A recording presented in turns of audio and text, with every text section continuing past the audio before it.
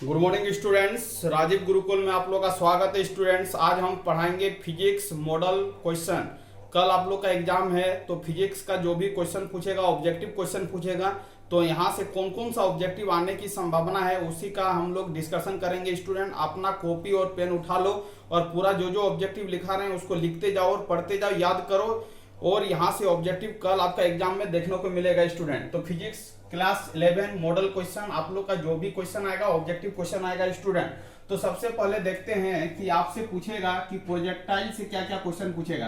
तो आप हेडिंग मारो प्रोजेक्टाइल मोशन। प्रोजेक्टाइल मोशन से आपका क्या क्या क्वेश्चन आपसे पूछेगा स्टूडेंट, उसको आप हेडिंग करो और उसको लिख डालो कि प्रोजेक्टाइल मोशन से क्या क्या क्वेश्चन पूछेगा। तो चलो स्टूडेंट, अब देखो कोई भी मोशन यदि प्रोजेक्टाइल मोशन होगा स्टूडेंट, तो आप ध्यान दो कि कोई भी ऑब्जेक्ट यदि प्रोजेक्टाइल मोशन कर रहा है, इसका मतलब है कि कोई भी ऑब्जेक्ट यदि मूव कर रहा है इस डायरेक्शन में, आपका ऐसे मूव कर रहा है, देखो यहाँ से मूव कर रहा है, यहाँ से मूव कर रहा है, मूव करते हुए क्या हो रहा है, एक स्टोन को हम लोग मूव करवा रहे हैं और यहाँ तक आ रहा है। इसका मतलब यहाँ से हम लोग थ्रो कर रहे हैं और आपका स्टोन क्या हो रहा है, मूव करके इस डायरेक्शन में क्या कर रहा है स्टूडेंट, आ रहा है। इसका मतलब ये क्या कर रहा है, प्रोजेक्टाइल मोशन कर रहा है। अब देखो स्टूडेंट, इसका जो वेलोसिटी यदि ये v है तो ये आपका जो इधर वाला जो वेलोसिटी होगा स्टूडेंट वो vx होगा और ये वाला वेलोसिटी जो होगा वो आपका क्या होगा स्टूडेंट, vy होगा। ठीक है, अब देखो vx क्या होगा तो आप ही बताओ। यदि ये v है और ये एक एंगल थीटा एंगल में प्रोजेक्शन कर रहे हैं तो vx इज इक्वल टू क्या होगा, v cos थीटा होगा स्टूडेंट, और ये आपका vy इक्वल टू क्या हो जाएगा आप ही बताओ, तो v sin थीटा होगा। ठीक है स्टूडेंट, अब देखो यदि आपसे पूछेगा कि इसका रेंज क्या होगा, मतलब यहां से लेके यहां तक कोई भी ऑब्जेक्ट को हम लोग स्टोन या कोई भी ऑब्जेक्ट को फेंक रहे हैं तो यहां से लेके यहां तक का जो डिस्टेंस होगा स्टूडेंट वो आपका क्या होगा, रेंज होगा। मतलब कितना डिस्टेंस वो ट्रेवल कर रहा है। ठीक है, और यहां से लेके यहां तक का जो डिस्टेंस होगा स्टूडेंट वो आपका क्या होगा, मैक्सिमम हाइट होगा, एच मैक्स होगा, मतलब कितना मैक्सिमम हाइट वो गेन करेगा। अब यहां से लेके यहां तक जो होगा स्टूडेंट वो टाइम ऑफ क्या होगा, एसेंट, ये होगा टाइम ऑफ एसेंट, और ये आपका क्या होगा स्टूडेंट, टाइम ऑफ डिसेंट होगा। ये आपका एसेंट होगा और ये आपका क्या होगा, टाइम ऑफ डिसेंट होगा। और यहां से लेके यहां तक जो टोटल टाइम होगा उसी को क्या बोलेंगे, टाइम ऑफ फ्लाइट बोलेंगे। क्या बोलेंगे, टाइम ऑफ फ्लाइट बोलेंगे। तो यहां से कौन कौन सा ऑब्जेक्टिव पूछेगा स्टूडेंट आपका एग्जाम में, तो पूछेगा कि प्रोजेक्टाइल मोशन में कि एच हाइट, मैक्सिमम हाइट का फॉर्मूला क्या होता है, मैक्सिमम हाइट का फॉर्मूला क्या होता है, मैक्सिमम हाइट का फॉर्मूला क्या होता है। तो मैक्सिमम हाइट का जो फॉर्मूला होगा स्टूडेंट उसको लिखते हैं एच मैक्स, और इसका जो फॉर्मूला होगा उसका होगा you square sine square theta by क्या होगा, 2g होगा। क्या होगा, 2g होगा। तो मैक्सिमम हाइट का जो फॉर्मूला होगा स्टूडेंट प्रोजेक्टाइल मोशन में उसका जो फॉर्मूला होगा you square sine square theta dividing by क्या होगा, 2g होगा। उसके बाद पूछेगा कि रेंज का फॉर्मूला क्या होगा, तो रेंज का जो फॉर्मूला होगा स्टूडेंट उसको हम लोग लिखेंगे r, और रेंज का जो फॉर्मूला होगा you square sine 2 theta by क्या होगा, g होगा। इसका मतलब रेंज का जो फॉर्मूला होगा स्टूडेंट वो क्या होगा, you square sine 2 theta by क्या होगा, g होगा। अब पूछेगा कि रेंज मतलब किस रेंज में मैक्सिमम वो रेंज कवर करेगा, मैक्सिमम डिस्टेंस कवर करेगा। तो मैक्सिमम रेंज होने के लिए थीटा का वैल्यू क्या होना चाहिए, तो आपको बोलना है मैक्सिमम रेंज कवर करने के लिए थीटा का जो वैल्यू होना चाहिए स्टूडेंट वो क्या होना चाहिए, 45 डिग्री होना चाहिए। इसका मतलब है मैक्सिमम रेंज का जो फॉर्मूला आएगा यू स्क्वायर साइन 2 और थीटा की जगह पर क्या रखेंगे स्टूडेंट, 45 रखेंगे, डिवाइडिंग बाय क्या करेंगे, जी करेंगे, और इसको सॉल्व करेंगे स्टूडेंट तो यू स्क्वायर साइन 90 डिग्री आएगा और डिवाइडिंग बाय क्या होगा स्टूडेंट, जी होगा। अब इसका यदि सॉल्व करेंगे तो यू स्क्वायर साइन 90 का वैल्यू 1 होगा और जी होगा। इसका मतलब स्टूडेंट यू स्क्वायर बाय क्या होगा, जी होगा। आपका एग्जाम में पूछेगा कि मैक्सिमम रेंज का फॉर्मूला क्या होता है तो आपको आंसर देना यू स्क्वायर बाय क्या होगा स्टूडेंट, जी होगा। यू स्क्वायर बाय क्या होगा, जी होगा। आपसे पूछेगा कोई भी ऑब्जेक्ट को किस एंगल में फेंके कि आपका रेंज मैक्सिमम हो, तो आपको थीटा क्या कंसीडर करना है, 45 डिग्री कंसीडर करना है। तो ये भी पॉइंट को क्या करना है, याद रखना है कि एंगल ऑफ रेंज मैक्सिमम होने के लिए एंगल का वैल्यू कितना होना चाहिए, तो आपको बोलना 45 डिग्री। मैक्सिमम रेंज का फॉर्मूला होगा यू स्क्वायर बाय क्या होगा स्टूडेंट, जी होगा। अब आगे की ओर चलते हैं कि टाइम ऑफ एसेंट का फॉर्मूला क्या होगा, तो time of flight is equal to होगा इसको बोलते हैं time of flight, time of flight बोलते हैं student, time of FLIGHT flight. अब देखो टाइम ऑफ फ्लाइट का स्टूडेंट क्या होगा student, time of ascent plus क्या होगा, टाइम ऑफ डिसेंट होगा। अब देखो टाइम ऑफ एसेंट का जो फॉर्मूला होगा स्टूडेंट वो क्या होगा, u sin थीटा बाई क्या होगा स्टूडेंट, g होगा। मतलब यहां से लेके यहां तक जाने में जो टाइम लगेगा u sin थीटा बाई क्या होगा, g होगा। टाइम ऑफ डिसेंट का जो फॉर्मूला होगा स्टूडेंट वो क्या होगा, u sin थीटा बाई क्या होगा स्टूडेंट, g होगा। और टोटल टाइम ऑफ फ्लाइट जो होगा student t is equal to क्या होगा, टाइम ऑफ एसेंट प्लस क्या होगा, टाइम ऑफ डिसेंट। एसेंट का जो फॉर्मूला आया student u sin theta by क्या हुआ स्टूडेंट, g हुआ। टाइम ऑफ डिसेंट का फॉर्मूला जो होगा u sin थीटा बाई क्या होगा, g होगा। दोनों को ऐड करेंगे तो स्टूडेंट क्या होगा, 2u sin थीटा बाई क्या होगा, g होगा। इसका मतलब इसको भी क्या करना है स्टूडेंट, याद करना है। कौन कौन फॉर्मूला को याद करना है वो भी हम बता दे रहे हैं। एच मैक्स का फॉर्मूला को याद करना है, इसका मतलब इस फॉर्मूले को अपने नोट कॉपी में लिख लो, ये एग्जाम में आएगा। u square sine square theta by 2g होगा। रेंज का फॉर्मूला क्या होगा, u square sign 2 theta by g होगा। मैक्सिमम होने के लिए थीटा का वैल्यू कितना होना चाहिए, 45 डिग्री होना चाहिए। आरएमएक्स का फॉर्मूला क्या होगा, u स्क्वायर बाई क्या होगा, g होगा। टाइम ऑफ फ्लाइट का फॉर्मूला क्या होगा, 2u sin थीटा बाई क्या होगा, g होगा। अब पूछेगा स्टूडेंट कि आपका मैक्सिमम हाइट और रेंज में क्या रिलेशन है, मैक्सिमम हाइट और रेंज में क्या रिलेशन है। तो आपको देखो, आप समझने का कोशिश करो, what is the relation between पूछेगा कि हाइट, मैक्सिमम हाइट और रेंज में क्या रिलेशन है। Relation between height and range, h और r में क्या रिलेशन है। अब देखो स्टूडेंट, h का जो फॉर्मूला आया है, h का जो फॉर्मूला है मैक्सिमम हाइट का, वो आया आपका u square sine square theta by क्या आया, 2g आया, उसको लिख डालो। और रेंज का जो फॉर्मूला आया वो क्या आया student, u square sign 2 theta by क्या हुआ, g हुआ। अब मैक्सिमम हाइट और रेंज का रिलेशन फाइंड आउट करना है, तो इसको यदि 1 मान लेंगे स्टूडेंट, इसको यदि हम 2 मान लेंगे। अब हम क्या करते हैं, इक्वेशन 1 डिवाइडिंग बाई क्या करते हैं स्टूडेंट, इक्वेशन 2 करते हैं। इक्वेशन 1 को इक्वेशन 2 से डिवाइड करते हैं, तो h by r is equal to क्या हो जाएगा, u square sine square theta by क्या हो जाएगा, 2g। और r से डिवाइड करेंगे तो ये हो जाएगा u square sign 2 theta by क्या हो जाएगा स्टूडेंट, g हो जाएगा। इसको सॉल्व करोगे तो क्या हो जाएगा, u square sine square theta by क्या होगा, 2g होगा। और ये आपका g ऊपर चला जाएगा स्टूडेंट, और इसको लिख सकते हैं u स्क्वायर, और क्या लिख सकते हैं, साइन 2 थीटा लिख सकते हैं स्टूडेंट। जो कैंसिलेशन हो रहा है उसको कैंसिल करो, ये आपका g कैंसिल हो रहा है, u स्क्वायर कैंसिल हो रहा है। अब देखो यहाँ पर क्या बच रहा है स्टूडेंट, साइन स्क्वायर क्या बच रहा है, थीटा बच रहा है। और यहाँ पर क्या बच रहा है, 2 साइन थीटा इक्वल टू क्या होता है, 2 sine theta.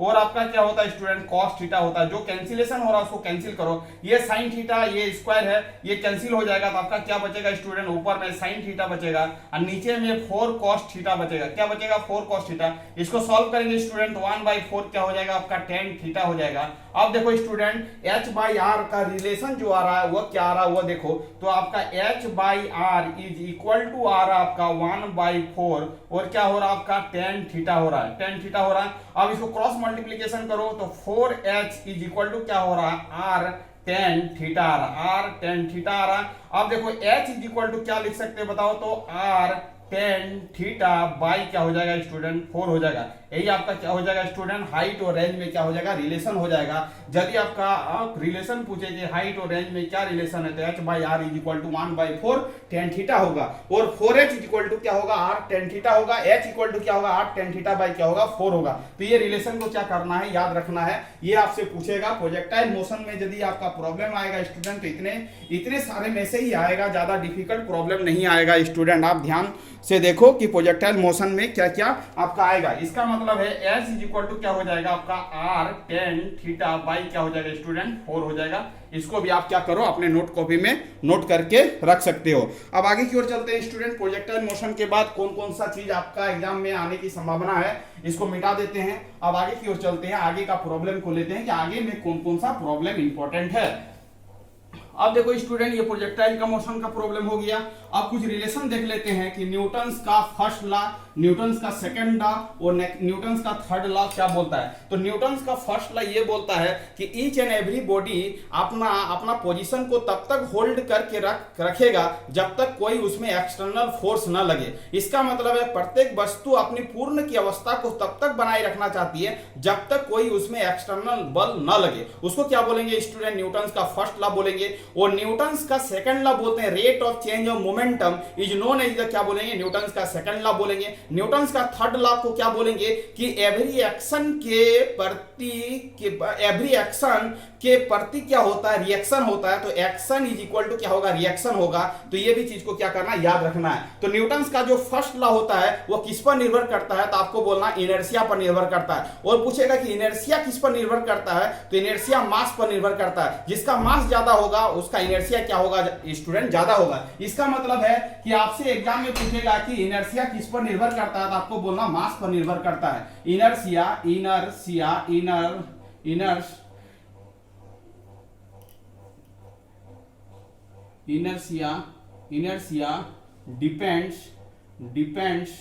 depends on mass of the body.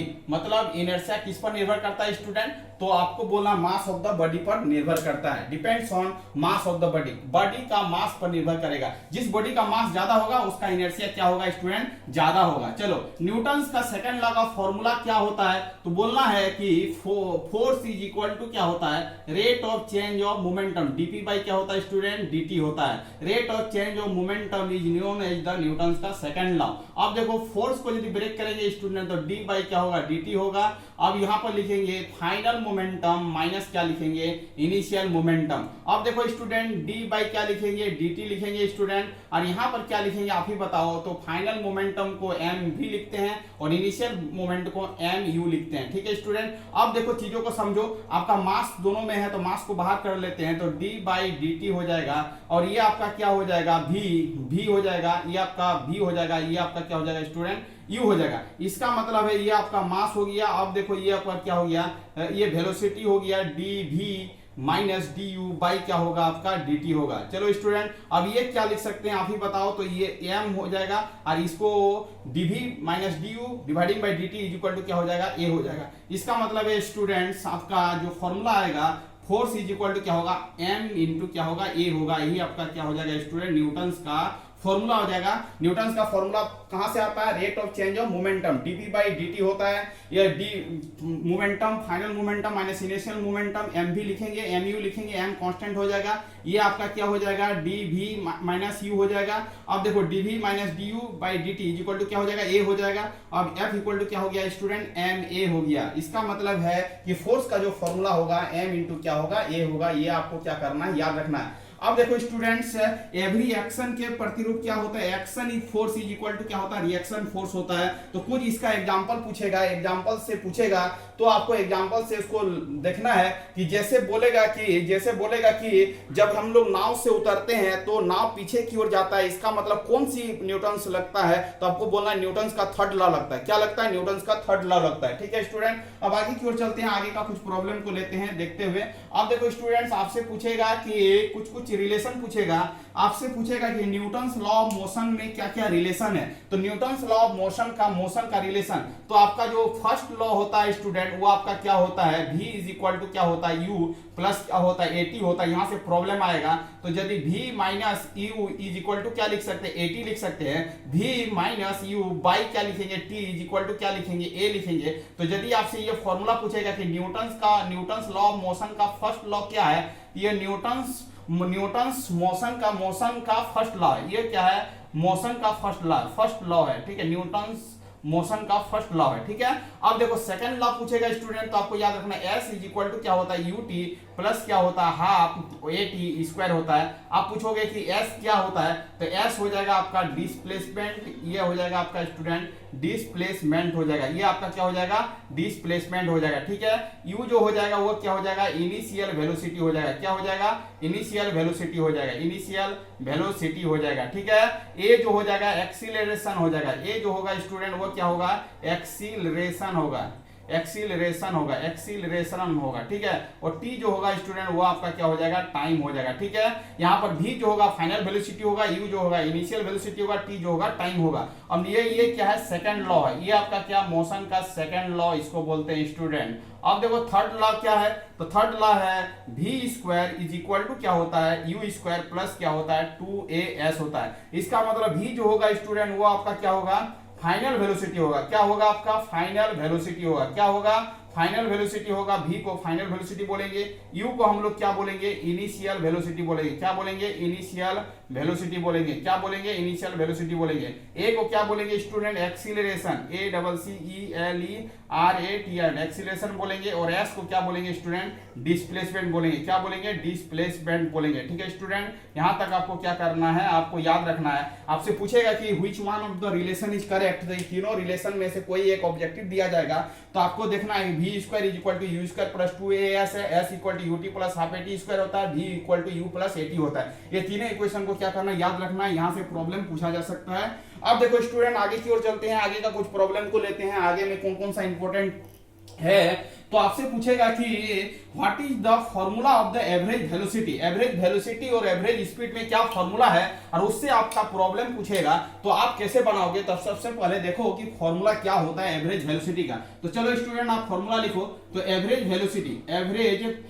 Velocity का फॉर्मूला क्या होता है, एवरेज वेलोसिटी का जो फॉर्मूला होगा स्टूडेंट, टोटल डिस्प्लेसमेंट बाय क्या होगा, टोटल टाइम होगा। टोटल डिस्प्लेसमेंट बाय क्या होगा, टोटल टाइम होगा। याद रख लो, आपको यहां से प्रॉब्लम आएगा। टोटल डिस्प्लेसमेंट बाय क्या होगा स्टूडेंट, टोटल टाइम होगा। अब देखो, यदि आपसे पूछे एवरेज वेलोसिटी, तो ये फॉर्मूला लिखना है। यदि स्टूडेंट आपसे पूछेगा कि एवरेज स्पीड का क्या फॉर्मूला होता है, तो आपको कुछ चेंज करना होगा। क्या चेंज करना होगा, टोटल डिस्टेंस बाय क्या होगा स्टूडेंट, टोटल टाइम होगा। टोटल डिस्टेंस बाय क्या होगा स्टूडेंट, टोटल टाइम होगा। ठीक है, कोई दिक्कत वाली बात नहीं है। तो आपका टोटल डिस्टेंस बाय क्या हो जाएगा स्टूडेंट, टोटल टाइम हो जाएगा। तो अब देखो स्टूडेंट, डिस्प्लेसमेंट को यदि s से लिखते हैं तो ये क्या हो जाएगा, s1 प्लस क्या हो जाएगा, s2 प्लस क्या हो जाएगा, s2 प्लस क्या हो जाएगा आपका dot dot dot dot sn। मतलब जितना सारा डिस्प्लेसमेंट होगा सबको ऐड करना है, dividing by total time. t1 plus क्या हो जाएगा, t2 प्लस क्या हो जाएगा, डॉट डॉट डॉट डॉट क्या हो जाएगा, tn हो जाएगा। ठीक है स्टूडेंट, डिस्टेंस को यदि d से लिखते हैं तो d1 प्लस क्या हो जाएगा, d2 प्लस क्या हो जाएगा, डॉट डॉट डॉट डॉट और हो जाएगा आपका dn डिवाइडिंग बाय क्या हो जाएगा स्टूडेंट, t1 और क्या हो जाएगा, t2 और डॉट डॉट डॉट डॉट और क्या हो जाएगा स्टूडेंट, tn हो जाएगा। ठीक है, अब चलो, ये आपका एवरेज वेलोसिटी हो गया और ये आपका क्या हो गया, एवरेज स्पीड का फॉर्मूला हो गया। अब आपसे पूछेगा स्टूडेंट्स, कुछ प्रॉब्लम ये पूछेगा कि वेलोसिटी का फॉर्मूला क्या होता है। तो वेलोसिटी का जो फॉर्मूला होता है student, velocity is equal to होता है डिस्प्लेसमेंट बाय क्या होता है, टाइम होता है। डिस्प्लेसमेंट बाय क्या होता है, टाइम होता है। ठीक है, अब आपसे ये पूछेगा घुमा के, वेलोसिटी टाइम ग्राफ का एरिया क्या होगा। वेलोसिटी टाइम ग्राफ का एरिया क्या होगा, तो आपको बोलना है डिस्प्लेसमेंट होगा। क्या होगा, डिस्प्लेसमेंट होगा। वेलोसिटी टाइम ग्राफ का एरिया क्या होगा, तो आपको बोलना है डिस्प्लेसमेंट। इसका मतलब सीधे जब भी वेलोसिटी और टाइम को गुना करेंगे तो मेरे को मिलेगा डिस्प्लेसमेंट। तो आपसे पूछेगा वेलोसिटी टाइम ग्राफ का एरिया क्या होगा, आपको बोलना है डिस्प्लेसमेंट होगा। और आगे पूछेगा स्टूडेंट, आगे की ओर पूछेगा, आगे का पॉइंट लिखते हैं स्पीड का जो फॉर्मूला होता है स्टूडेंट, वो आपका क्या होता है, डिस्टेंस बाय क्या होता है, टाइम होता है। अब आपसे पूछेगा स्टूडेंट, स्पीड टाइम ग्राफ का एरिया क्या शो करेगा, स्पीड टाइम ग्राफ का एरिया क्या शो करेगा, तो आपको बोलना है स्टूडेंट क्या शो करेगा, तो आपको बोलना है डिस्टेंस शो करेगा। क्या शो करेगा, डिस्टेंस शो करेगा। इसका मतलब स्पीड और टाइम को मल्टीप्लाई करेंगे तो आपको क्या मिलेगा, डिस्टेंस मिलेगा। और वेलोसिटी और टाइम को यदि मल्टीप्लाई करेंगे तो उसका एरिया जो होगा या मल्टीप्लीकेशन जो होगा वो क्या होगा, डिस्प्लेसमेंट होगा। इसको आपको नोट कॉपी करके लिख लेना है स्टूडेंट। अब आपसे पूछेगा स्टूडेंट, आपसे पूछेगा कि जैसे एक्सीलरेशन का फॉर्मूला क्या होता है, एक्सीलरेशन का फॉर्मूला क्या होता है, तो एक्सीलरेशन का फॉर्मूला होता है स्टूडेंट, वेलोसिटी बाय क्या होता है, टाइम होता है। इसका मतलब एक्सीलरेशन और टाइम ग्राफ का एरिया क्या देगा, तो आपको बोलना है स्टूडेंट वेलोसिटी देगा। क्या देगा, वेलोसिटी देगा। एक्सीलरेशन टाइम ग्राफ का एरिया जो होगा वो आपको क्या देगा, तो आपको बोलना है वेलोसिटी देगा। आपको बोलना है क्या देगा,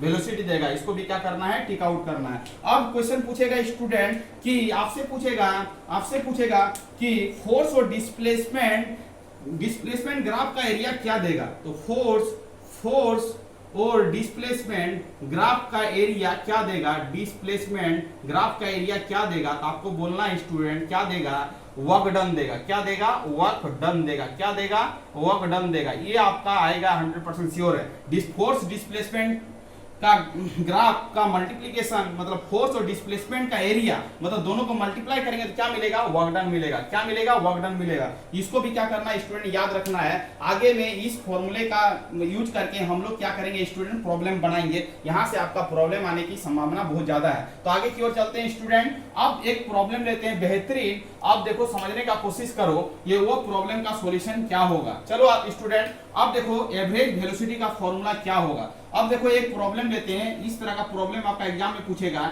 एक आपका पॉइंट है, ये आपका क्या है, ए से लेके क्या है, बी पॉइंट है। ठीक है स्टूडेंट। अब देखो स्टूडेंट यहां से लेके यहां तक का जो डिस्टेंस है वो आपका क्या है, पूरा डिस्टेंस को हम लोग डी मान रहे हैं। एक पॉइंट आपका वो है, बोलेगा कि मोहन यहां से लेके यहां तक चल रहा है, उसका डिस्प्लेसमेंट जो है वो ये पूरा डी है। आधा डिस्टेंस जो चल रहा है d/2 वो वेलोसिटी v1 से चल रहा है, और आधा डिस्टेंस जो है d/2 वो आपका वेलोसिटी v2 से चल रहा है। तो ये आप बताओ कि मोहन को यहां से लेके यहां तक जाने में एवरेज वेलोसिटी का क्या फॉर्मूला होगा। तो इसका मतलब स्टूडेंट एवरेज वेलोसिटी का हम लोग फॉर्मूला को लिखते हैं AVERAGE एवरेज वेलोसिटी। अब देखो स्टूडेंट एवरेज वेलोसिटी का जो फॉर्मूला होगा वो आपका क्या होगा, टोटल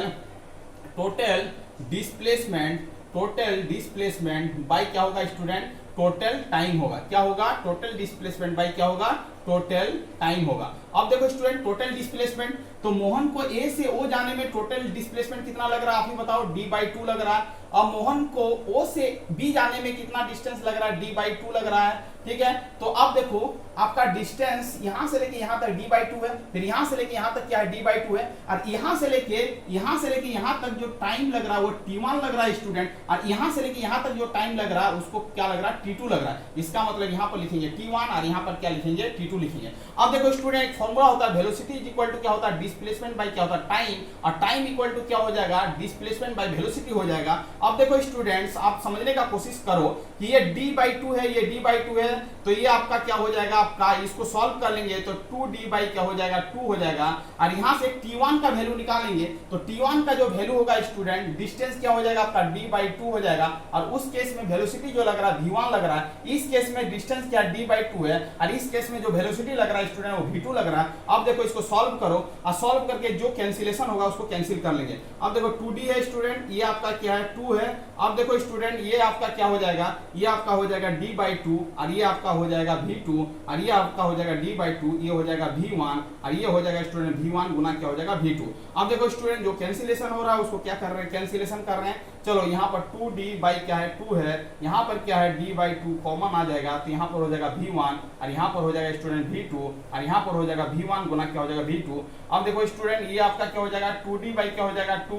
अब देखो ये वाला चीज ऊपर चला जाएगा तो इसका मतलब v1 और क्या हो जाएगा v2। अब देखो स्टूडेंट ये आपका क्या हो जाएगा, ये d/2 और क्या हो जाएगा v1 और क्या हो जाएगा प्लस v2 हो जाएगा। अब देखो स्टूडेंट d/2 कैंसिल हो गया, इसका मतलब क्या हो जाएगा 2v1 v2 डिवाइडिंग बाई क्या हो जाएगा v1 प्लस क्या हो जाएगा v2 हो जाएगा। इसका मतलब है कि इसका फॉर्मूला क्या निकल के आ रहा है स्टूडेंट, एवरेज वेलोसिटी का जो फॉर्मूला निकल के आ रहा है उसको आपको रट्टा याद रखना है, 2v1 v2 डिवाइडिंग बाई क्या होगा v1 प्लस क्या होगा v2 होगा। आइए आपका ऑब्जेक्टिव डायरेक्ट पूछेगा कि एवरेज वेलोसिटी का फॉर्मूला क्या होगा, तो 2v1 Guna v2 dividing by v1 plus क्या होगा v2 होगा। तो ये भी प्रॉब्लम क्या है स्टूडेंट, इंपॉर्टेंट है, ये आपका पूछने का संभावना बहुत ज्यादा है। एवरेज वेलोसिटी का प्रॉब्लम पूछेगा तो यहाँ से क्या करेगा, ये पूछेगा स्टूडेंट। आगे की ओर चलते हैं, आगे का कुछ प्रॉब्लम को लेते हैं और आगे बढ़ जाते हैं फटाफट। अब देखो स्टूडेंट्स कुछ प्रॉब्लम पूछेगा आपका, क्या क्या प्रॉब्लम पूछेगा, कुछ प्रॉब्लम पूछेगा थर्मोडायनेमिक्स से। तो थर्मोडायनेमिक्स से क्या क्या प्रॉब्लम पूछेगा उसको भी हम लोग थोड़ा सा फटाफट कंप्लीट करते हैं स्टूडेंट। अब पूछेगा स्टूडेंट्स, अब पूछेगा स्टूडेंट कि आपका स्पेसिफिक हीट का डायमेंशन क्या होता है, Q इक्वल टू होता है m/s∆T होता है। और ये आपका क्या हो गया, Q का मतलब हो गया स्टूडेंट हीट एनर्जी हो गया, हीट मतलब क्या होता है एनर्जी, या क्या हो गया स्टूडेंट मास हो गया, ये आपका क्या हो गया मास हो गया, और ये क्या हो गया स्पेसिफिक हीट कैपेसिटी हो गया, स्पेसिफिक हीट हो गया। और ये स्टूडेंट क्या हो गया, टेम्परेचर हो गया। ठीक है, यदि स्पेसिफिक हीट का डायमेंशन पूछेगा तो आप कैसे याद रखोगे स्टूडेंट, आप ध्यान दो कि स्पेसिफिक हीट का डायमेंशन का क्या होगा फॉर्मूला। तो Q इक्वल टू क्या हो जाएगा m और क्या हो जाएगा डेल T, ये हो जाएगा S, और Q का मतलब heat, heat one types of energy है, ml² T माइनस क्या होगा 2 होगा, m का मतलब मास होता है और टेम्परेचर का मतलब केल्विन होता है, ये कट गया स्टूडेंट, तो क्या हो जाएगा TL² T के पावर -2 K के पावर हो जाएगा -1, और यहाँ पर लिख सकते हैं m0। आपसे पूछेगा कि स्पेसिफिक हीट का डायमेंशन क्या होता है, तो आपको बोलना है स्पेसिफिक हीट का जो डायमेंशन होता है m0 L² T के पावर -1 K के पावर -1 ये होता है। ठीक है स्टूडेंट, चलो आगे की ओर बढ़ते हैं, आगे की ओर फटाफट बढ़ते हैं। अब देखो आपका लेटेंट हीट का डायमेंशन क्या होता है, तो Q इक्वल टू क्या होता है स्टूडेंट, ml होता है, L मतलब लेटेंट हीट होता है, तो Q by m is equal to क्या होगा L, और L का मतलब होता है लेटेंट,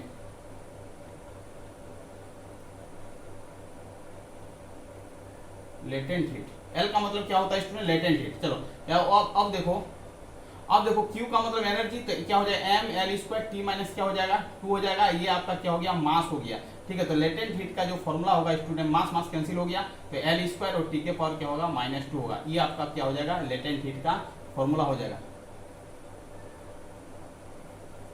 चलो इसको याद रखोगे।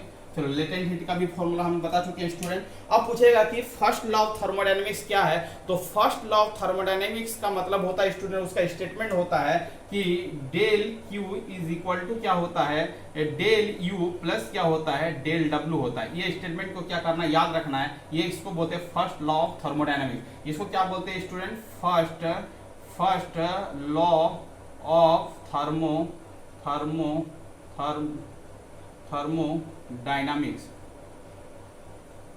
First law of thermodynamics. ठीक है, ये आपका हीट हो गया, ये आपका इंटरनल एनर्जी हो गया, ये आपका क्या हो गया वर्क डन हो गया। तो first law of the thermodynamics ये होता है स्टूडेंट। और सेकंड लॉ ऑफ थर्मोडायनामिक्स में क्या बोलता है कि second law of the thermodynamics में बोलता है किसी भी इंजन का इफिशिएंसी आपका क्या हो सकता है 100% नहीं हो सकता है, और ये बोला जाता है कि कोई भी आपका हीट का जो ट्रांसफॉर्मेशन होगा लो से हाई की ओर नहीं होगा। ये दो स्टेटमेंट बोला था। केल्विन स्टेटमेंट ये था स्टूडेंट कि हीट का ट्रांसफॉर्मेशन लो से हाई की ओर नहीं हो सकता है, और आपका क्लासियस स्टेटमेंट बोला था कि किसी भी बॉडी का इफिशिएंसी 100% नहीं हो सकता है। ये दो स्टेटमेंट था second law of the thermodynamics में। सेकंड लॉ ऑफ थर्मोडायनामिक्स में क्या था स्टूडेंट, ये दो फॉर्मूला था। एक इफिशिएंसी का फॉर्मूला होता है student, efficiency is equal to 1 minus T1 by क्या होता है स्टूडेंट T2 होता है। T1 क्या हो जाएगा स्टूडेंट, आपका क्या हो जाएगा T1 लेस देन क्या हो जाएगा आपका T2 हो जाएगा, T1 लेस देन क्या हो जाएगा T2 हो जाएगा। ये क्या होता है इफिशिएंसी का फॉर्मूला होता है 1 माइनस T1 बाई क्या होगा T2 होगा। इससे आपका प्रॉब्लम पूछने की संभावना ज्यादा है स्टूडेंट। अब देखो एक गैस लॉ का एक फॉर्मूला होता है स्टूडेंट, वो भी आपके एग्जाम में पूछा जा सकता है। PV इक्वल टू क्या होता है nRT होता है। क्या होता है PV इक्वल टू क्या होता है nRT होता है। इसको भी याद रखना है आपको। PV इक्वल टू क्या होता है nRT होता है। n P मतलब होता है स्टूडेंट प्रेशर, V मतलब होता है वॉल्यूम, N मतलब होता है नंबर ऑफ मोल, R मतलब होता है यूनिवर्सल गैस कांस्टेंट, और T मतलब होता है टेम्परेचर। ठीक है स्टूडेंट, यदि R का डायमेंशन पूछे तो PV और नंबर ऑफ मोल मतलब ये कांस्टेंट है, तो PV by T equal to क्या हो जाएगा R हो जाएगा स्टूडेंट। R का डायमेंशन यदि पूछे, P का मतलब प्रेशर, और प्रेशर का डायमेंशन m L के पावर -1 T के पावर -2 होता है। वॉल्यूम का क्या होता है स्टूडेंट L क्यूब होता है, और टेम्परेचर का क्या होता है केल्विन होता है। तो इसका डायमेंशन हो जाएगा m, और ये आपको सॉल्व करोगे तो ml² T माइनस क्या हो जाएगा 2 और K के पावर हो जाएगा -1। ये यूनिवर्सल गैस कांस्टेंट का क्या होता है स्टूडेंट डायमेंशन होता है। पूछेगा कि R का डायमेंशन क्या होता है, तो ml² T -2 K माइनस क्या होता है 1 होता है। इसको भी क्या करना है स्टूडेंट याद रखना है। ठीक है, आगे की ओर चलते हैं कि बॉयल्स लॉ में पूछेगा, बॉयल्स लॉ में क्या कांस्टेंट रहता है, तो बोलना है बॉयल्स लॉ में क्या होता है टेम्परेचर कांस्टेंट रहता है। तो टेम्परेचर यदि कांस्टेंट रहेगा स्टूडेंट, इसका फॉर्मूला क्या हो जाएगा PV इक्वल टू क्या होता है nRT होता है। इसका मतलब टेम्परेचर कांस्टेंट हो गया, R कांस्टेंट रहता है, नंबर ऑफ मोल भी कांस्टेंट है, तो PV इक्वल टू क्या हो जाएगा स्टूडेंट कांस्टेंट हो जाएगा। तो इसको लिखना है, ये होता है बॉयल्स लॉ, और इसका स्टेटमेंट होगा P1 V1 इक्वल टू क्या होता है P2 और क्या होता है V2 होता है। इसको आपको क्या करना है स्टूडेंट याद रखना है। ठीक है, आगे की ओर चलते हैं। आपसे पूछेगा कि चार्ल्स लॉ में क्या कांस्टेंट रहता है, तो आपको बोला प्रेशर कांस्टेंट रहता है। क्या कांस्टेंट रहता है चार्ल्स लॉ में, प्रेशर कांस्टेंट रहता है। इसका मतलब चार्ल्स लॉ में क्या कांस्टेंट रहता है, तो आपको बोलना है प्रेशर कांस्टेंट रहता है। प्रेशर क्या रहता है, कांस्टेंट रहता है। इसका फॉर्मूला क्या हो जाएगा स्टूडेंट, तो पी भी इक्वल टू क्या होता है, एन आर टी होता है। पी आपका कांस्टेंट हो गया, तो आपका क्या, ये तो दोनों कांस्टेंट होता है, तो पी डायरेक्टली प्रोपोर्शनल क्या होगा, टी होगा। पी डायरेक्टली प्रोपोर्शनल क्या होगा, V डायरेक्टली प्रोपोर्शनल क्या होगा, T होगा। इसका मतलब V1 मतलब volume V1 by V2 is equal to क्या होगा, T1 बाई क्या होगा स्टूडेंट, T2 होगा। आपसे पूछेगा कि चार्ल्स लॉ में क्या कांस्टेंट रहता है, तो आपको बोलना प्रेशर कांस्टेंट रहता है। उसका फॉर्मूला क्या होता है, V1 by V2 is equal to T1 by T2। इसका टेम्परेचर का जो यूज करेंगे स्टूडेंट, वो आपका दोनों क्या होना चाहिए, केल्विन में होना चाहिए। ठीक है, क्या होना चाहिए, केल्विन में होना चाहिए। क्या होना चाहिए, केल्विन में होना चाहिए। अब पूछेगा student isothermal process, THERMAL thermal process में क्या कांस्टेंट रहता है, तो आपको बोलना आइसोथर्मल प्रोसेस में जो कांस्टेंट रहता है स्टूडेंट, वो आपका क्या होता है, टेम्परेचर कांस्टेंट रहता है। ठीक, क्या रहता है, कांस्टेंट रहता है। आपसे पूछेगा कि आइसोथर्मल प्रोसेस में कौन सा चीज कांस्टेंट रहता है, टेम्परेचर कांस्टेंट रहता है। एडियाबेटिक प्रोसेस में कौन सा कांस्टेंट रहता है, एडियाबेटिक प्रोसेस में आपका क्या कांस्टेंट रहता है, तो आपको बोलना स्टूडेंट HEAT हीट। हीट मतलब Q क्या रहता है, आपका कांस्टेंट रहता है। हीट आपका क्या रहता है, कांस्टेंट रहता है। इसको भी क्या करना है, याद रखना है। ठीक है स्टूडेंट, आइसोथर्मल में टेम्परेचर कांस्टेंट रहता है, एडियाबेटिक में हीट कांस्टेंट रहता है। उसके बाद पूछेगा कि बारिक प्रोसेस में क्या कांस्टेंट रहता है, तो आपको बोला आइसोबारिक में जो होता है स्टूडेंट, प्रेशर कांस्टेंट रहता है। PRESSURE प्रेशर क्या रहता है, कांस्टेंट रहता है। आइसोबारिक प्रोसेस में प्रेशर क्या रहता है, कांस्टेंट रहता है। इसको भी याद रखना है। आइसोकोरिक में क्या कांस्टेंट रहता है, आइसोकोरिक प्रोसेस में क्या कांस्टेंट रहता है, आइसोकोरिक प्रोसेस में आपका स्टूडेंट वॉल्यूम क्या रहता है, कांस्टेंट रहता है। यहाँ से आपका एक ऑब्जेक्टिव आएगा क्वेश्चन, 100% श्योर है। आइसोकोरिक में क्या रहता है, वॉल्यूम आपका क्या रहता है, कांस्टेंट रहता है। ठीक है, चार्ल्स लॉ में क्या रहता है, प्रेशर कांस्टेंट रहता है। बॉयल्स लॉ में क्या रहता है स्टूडेंट, टेम्परेचर आपका क्या रहता है, कांस्टेंट रहता है। आप नोट करो फटाफट, यहाँ से आपका ऑब्जेक्टिव 100% श्योर है कि आएगा। चलो आगे की ओर चलते हैं स्टूडेंट। अब आपसे पूछेगा कि सीपी और सीबी में क्या रिलेशन है, सीपी सीबी में क्या रिलेशन है, तो ये भी क्वेश्चन इंपॉर्टेंट है स्टूडेंट। तो ये आपका क्या होता है, CP minus CB is equal to क्या होता है स्टूडेंट, आर होता है। आर मतलब होता है यूनिवर्सल गैस कांस्टेंट। अब क्या होगा, सीपी जो होगा specific heat capacity, specific heat capacity at constant क्या होगा स्टूडेंट, प्रेशर होगा। और सीबी जो होगा वो क्या, specific heat capacity at constant क्या होगा, वॉल्यूम होगा। और ये एक गामा होता है स्टूडेंट, गामा इक्वल टू क्या होता है, सीपी बाई क्या होता है, सीबी होता है। इसको भी क्या करना है, याद रखना है। Gamma is equal to CP by CB होता है, और CP minus CB is equal to क्या होता है, आर होता है। आर का वैल्यू भी पूछ सकता है स्टूडेंट, तो 8 पॉइंट क्या होता है, 31 होता है। क्या होता है, 8 पॉइंट क्या होता है, 31 होता है। ठीक है, इसका डायमेंशन क्या होता है, अभी बताए थे।